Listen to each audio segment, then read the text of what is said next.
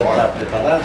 3, 2, 1, já. Boa tarde a todos, senhores. Boa tarde. Bom, mais uma vez estou aqui atendendo ao convite da loja do nosso querido amigo Edson Lopes para falar um pouquinho sobre ferrugem nos modelos. Ano passado eu fiz os 2 primeiros trabalhos com ferrugem e esse ano um colega me emprestou uma carroceria de uma F100 Escalon para 18 em metal, para eu poder continuar brincando com essa coisa de ferrugem, que eu acho a plástica da oxidação do metal bastante interessante. A gente aprende a observar bastante a natureza quando a gente começa a perceber que em tudo tem um escorrido de ferrugem. Tudo que está no tempo, às vezes até mesmo abrigado, tem a ferrugemzinha, aquela oxidação do ferro, né? Que está ali no aço, que aconteceu. Até a gente olhando ali fora, aquele muro pintado de bege, tem um anel metálico ali, tem um traço, provavelmente de alguma oxidação que escorreu, né? E todos os metais oxidam, até o ouro oxida, só que o ouro leva muito mais tempo para oxidar. Platina também, mais tempo ainda que o ouro. Como a gente já sabe, existem os metais e as ligas metálicas. O ferro é o metal. O aço, que é o que a gente usa, ninguém usa ferro para nada in natura, né? Sempre que você está utilizando alguma coisa de ferro, na verdade é um aço. Você coloca aditivos no ferro para virar aço, aí então sim ele é trabalhável para fazer tubulações industriais, estruturas metálicas, as chapas das carrocerias dos carros, e existem diversos tipos de ligas de aço. E os aditivos, o cromo, o níquel, o nióbio, o vanádio, eles são acrescentados de acordo com a utilização daquele aço. E depois que eu fiz o primeiro trabalho, ano passado, eu comecei a pesquisar mais isso, porque eu comecei a reparar que existem ferrugens diferentes uma das outras. Eu comecei a observar que veículos militares, quando eles oxidam, eles ficam mais tempo expostos depois de abandonado, eles não fazem aquela grande emissão daquele vermelhão, aquela ferrugem vermelha. É uma ferrugem mais marrom, mais puxada para o escuro. Enquanto nos portões, esses portões de serralheria, que você compra, passa o zarcão, pinta, depois de um tempo, ele começa a oxidar e aí dá aquela vermelhidão. E eu comecei a observar que quanto mais sem vergonha é o aço, mais vermelho ele fica. Deve ter alguma relação com a quantidade de carbono, com a capacidade que ele tem de oxidar mais ou menos, com a liga mais nobre e menos nobre.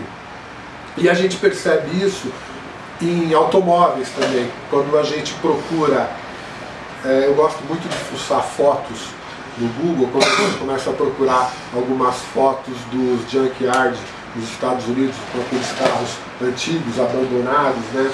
A gente percebe que as carrocerias, elas mudam os padrões de oxidação de época para época. Então, no modelismo, como eu gosto muito da plástica, da ferrugem, eu quero evoluir nisso. Eu estou começando. E o pouco que eu aprendi, que eu consegui ver até agora, quero compartilhar com vocês, porque eu gosto de compartilhar conhecimento, inclusive para ser questionado, ter o meu conhecimento divergidos em minhas opiniões, porque eu acredito só dessa forma que a gente cresce, que a gente evolui. A pessoa que não compartilha conhecimento, que fica muito fechada numa coisa, eu acho que ela está fadada a não evoluir, a não crescer. Então eu faço questão de espalhar tudo que eu aprendi até agora nesses 10, 12 meses que eu comecei com essa brincadeira, né? Você é fresquinho, então. Eu sou bem fresquinho, mas no bom sentido. Olha lá. Lá. Como eu fiz este trabalho, não sei se vocês acharam interessante, se está legal, mais ou menos legal, é uma carroceria de metal. E quando me chamaram para fazer essa apresentação aqui, eu logo pensei, poxa, mas o pessoal mexe mais com customização em plástico. Será que dá para fazer em plástico? Então eu peguei as embalagens de Yakult, porque eu acho bonita essa forma, né? É um design interessante. Ele lembra um pouco o da Coca-Cola, que tem aquele formato, exatamente para ele conservar a capacidade técnica. Este formato, bom, mas isso daí já é outro assunto. Eu acho bonito esse design. Então eu peguei essas embalagens, que é um plástico doce. Plástico doce, vocês sabem o que é, né? A diferença. Plástico doce são aqueles mais maleáveis que reagem com o thinner. Estireno, por exemplo, é o tipo. Tranquilo até aí? Bom, e com a aplicação do primer, vocês percebem que o primer ali eu só dei uma demão só para cobrir a embalagem. Então aqui a gente tem a embalagem do Yakult Inatura, e aqui a gente tem com uma só demão do primer, né? Exatamente. Aí eu apliquei e dei um polimento, depois eu apliquei mais 2 demãos para assumir este fundo vermelho da marca da Yakult, e depois que desapareceu, que ele ficou completamente branco, eu apliquei este fundo. Este fundo, que é o fundo base para fazer a peça enferrujada, é uma diluição deste brown, o pigmento brown, diluído no verniz fosco. Eu faço isso e fica essa tinta aqui, que é um verniz fosco com o pigmento brown. Só essas duas misturas só? Sim. Nessa primeira etapa é só isso. Proporção, eu não tenho medidas para nada. Eu pego, abro o pigmento, pego uma colherinha, aquela colherinha de mexer café que estava aqui. Como é que você faz café? Assim. Não, o dedinho. Não, o dedinho. Você tá com o dedinho lá. Ele quer o dedinho. Então eu pego uma colherinha, coloco na quantidade de verniz que eu acredito seja o suficiente para eu dar aquela cobertura, e é muito pouco pigmento que vai. A quantidade de verniz você vai ter? Bom, para eu transformar esta quantidade finalzinho aqui de verniz, tá? Nessa cor, isso, diluído, o que eu não, uma colherinha. Uma colherinha dessa de pigmento já faz esse regaço todo aqui, ó. Porque ele tinge mesmo. Deixa eu só fazer um comentário que ele está falando do pigmento mesmo, que é pó, né? Exatamente. Você quer abrir pra gente ver aí, Gui? Pra quem nunca não trabalhou com pigmento ainda? Vamos lá. Bom, isso aqui faz uma sujeira danada. Então quando vocês for mexer com pigmento, forre o local, trabalhe em cima de uma folha branca, porque depois eu vou mostrar quando eu uso o pigmento vermelho, eu coloco isso daqui, que é o fixador de pigmento, e aí eu pego o pigmento, derramo sobre a peça com o fixador e eu bato o excesso em cima da folha. Depois eu pego a folha e volto aquele pigmento no pote. Então, isso daqui, para vocês terem uma ideia, olha esse tantinho que caiu aqui. Presta atenção, vou passar o dedo. Olha o regaço que faz. E ficou, e dá para fazer mais, tá vendo? Aqueles grãozinhos que caíram ali faz uma sujeira fantástica. Você está usando os produtos do Drico, né? Isso. Tem aquele kit também para as modas, né? Tem um kit de pó também? Existia. Eu tenho aqui, não, dá para usar também? É bom também. É bom também. É que eu tenho lá um kit. Aquele rapaz, ele tem o mesmo nome do... É Adriano também, né? Ele saiu do mercado. Nacional, acho que ele foi embora pro Japão. E eu falei para ele, eu fiz um comentário com ele que eu peguei, inclusive, eu vou até mostrar uma coisa aqui, que aconteceu com todos. É esse aí mesmo. Tá? Aqui você pode ver.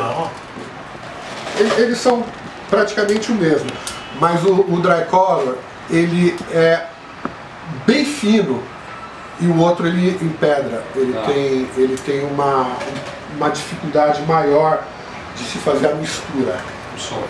Ele dissolve com um pouco mais de dificuldade e eu percebi que ele parece que tem um pouco de umidade e essa umidade parece que é o que faz ele empedrar. Mas dá para usar também. Dá para usar também. Tirando essa... Essa pequena dificuldade. Exatamente. Então, feito essa diluição do primer,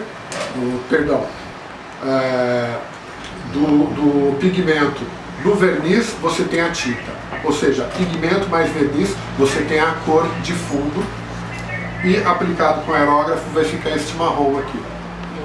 Você dilui com thinner depois ou não? Sim, eu dou mais uma diluidinha com 454. Eu gosto de aplicar bem diluído É mesmo. o 454 mesmo. O thinner 454. Não, eu utilizo o Lux Nova 237, que é o mais fraquinho que tem. Tá. Ele não ataca, como eu estava falando no workshop anterior, eu tenho testado esse thinner nos plásticos mais molinhos, os kits japoneses, e vai muito de boa, não ataca. É lógico que eu não lavo, né? Eu aplico com muito baixa pressão e com o bico bastante fechado, bem suavemente, sem querer cobertura rápida, aquela paciência que só os chineses e os plastimodelistas têm, né? Isso, por aí, pressão de 10 mais ou menos, bem diluído, bem fechado, e aí a gente vai ter isso daqui. Bom, depois que a gente tem a peça marrom, a próxima etapa é fazer novamente o processo com a outra cor, que é esse Light Rust.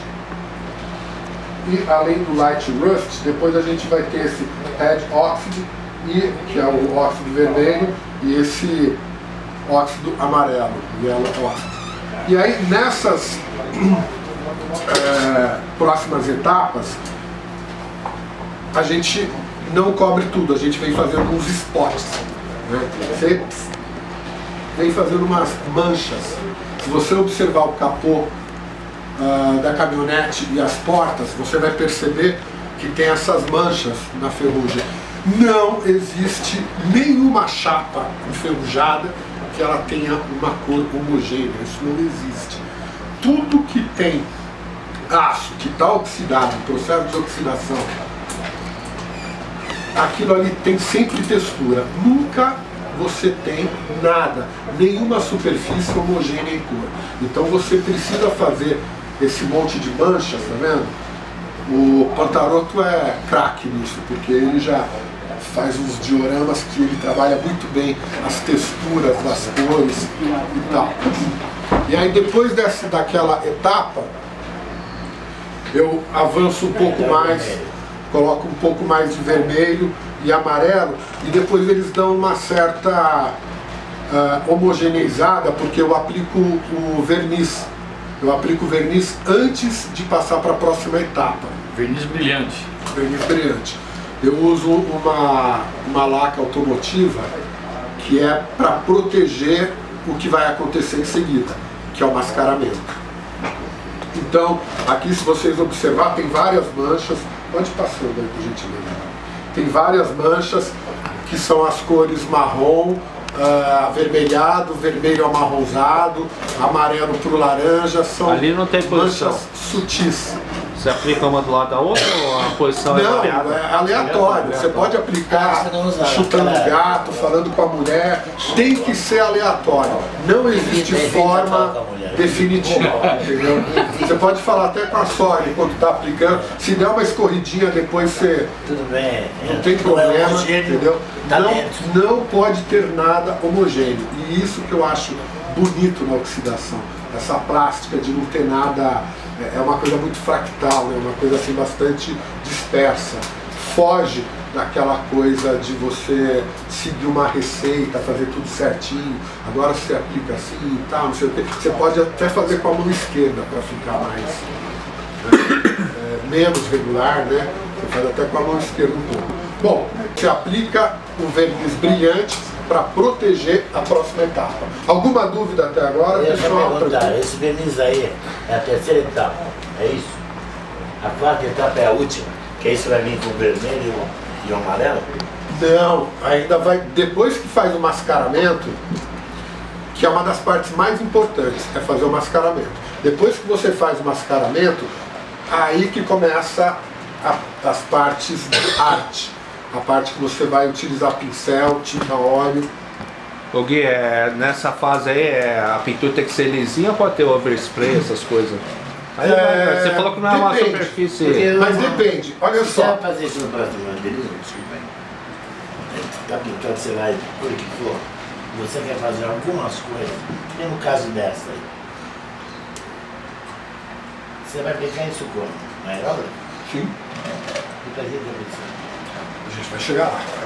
Mas a textura? Daqui a pouco a gente chega. Daqui a pouco a gente chega no pincel. Até agora nós trabalhamos com aerógrafo, tá? Depois que a gente já fez tudo isso daqui, depois que nós chegamos nesses efeitos aqui com aerógrafo, a próxima etapa é uma das etapas que eu considero ser uma das mais importantes para obter o resultado final, que é o mascaramento.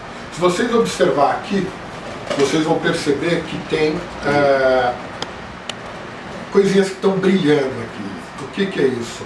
É a máscara de látex. É uma máscara para aquarela da Corfix.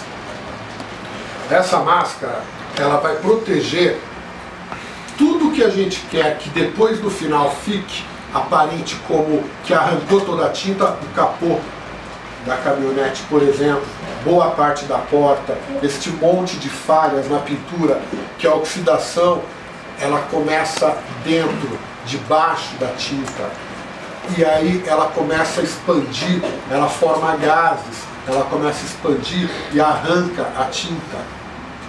Este processo vai revelar a oxidação que está lá de baixo. Então nós oxidamos toda a peça e agora nós protegemos com essa máscara líquida aquilo que a gente quer que fique aparente. Você passou a máscara líquida com o quê? Pincel. Pincel, palito de dente, sei lá. Pincel, palito de dente, agulha. Vai só batendo assim, aleatoriamente também. E agora vem, foi muito importante a pergunta dele, porque agora vem o pulo do gato. Massa líquida aquarela, é isso? Máscara líquida para aquarela Corfix. Tem de outras marcas, tem Acrylex, tem umas outras, mas essa daqui é a melhor. Me vira pra cá, por favor. Que tem. Essa é melhor que o Mascol da Umbro, da Revel. É a melhor que existe, na minha opinião. Por quê? Ela vem uma quantidade boa por R$10. Uma quantidade. Aqui eu já fiz mais ou menos uns 3 trabalhos desse, mais umas pinturas lá de tela com a minha filha, e não chegou nem na metade ainda, tá? Então essa daqui é, pra mim, sem sombra de dúvida, a melhor que tem. E eu já utilizei outras, então estou falando não para fazer propaganda dessa, mas porque ela realmente é melhor que as outras. Ela tem um cheiro agradabilíssimo.